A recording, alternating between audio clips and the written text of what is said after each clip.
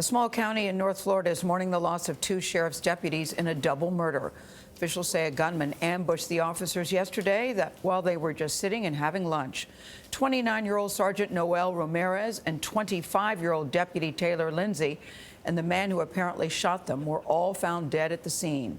Don Dahler is here with the investigation of this still unexplained attack. Don, a lot of questions here. Good morning. A lot of questions. Good morning. The Gilchrist County Sheriff's Office has only 27 deputies, so the loss of these two officers is deeply felt.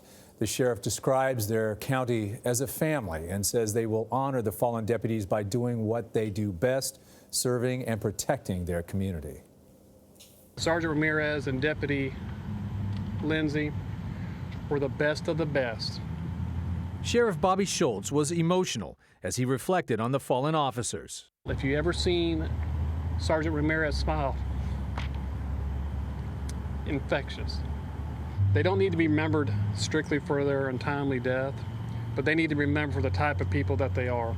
Sergeant Noel Ramirez and Deputy Taylor Lindsay were eating lunch at Ace China Restaurant in downtown Trenton, Florida, when police say John Hubert Highnote fired at them through a window.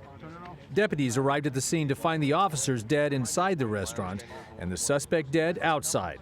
The sheriff called the alleged gunman a coward, but would not say how he died. What do you expect happens when you demonize law enforcement to the extent that it's been demonized?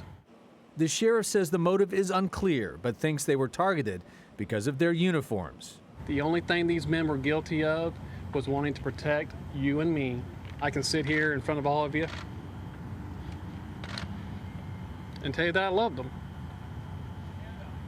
And I'm proud to have been their sheriff. Sergeant Ramirez leaves behind a wife and two young children. Deputy Lindsay leaves behind a girlfriend. Officers haven't said much about the alleged gunman, but we know he has a criminal history dating back to 1978 when he was charged with carrying a concealed firearm. That case was dismissed. State officials are supporting Gilchrist County with protective patrols as they investigate this attack. Yeah, and you were telling us during the piece that they never stood a chance, which makes it even more egregious that they could have been killed just because they were wearing a uniform. Yeah, we don't know if there's any kind of connection between the officers and the man who killed them at all yet. Senseless. Yeah, really senseless. Thank you, Don. And a reminder of the bravery, what it takes just when you put on the uniform. That's right. Good point.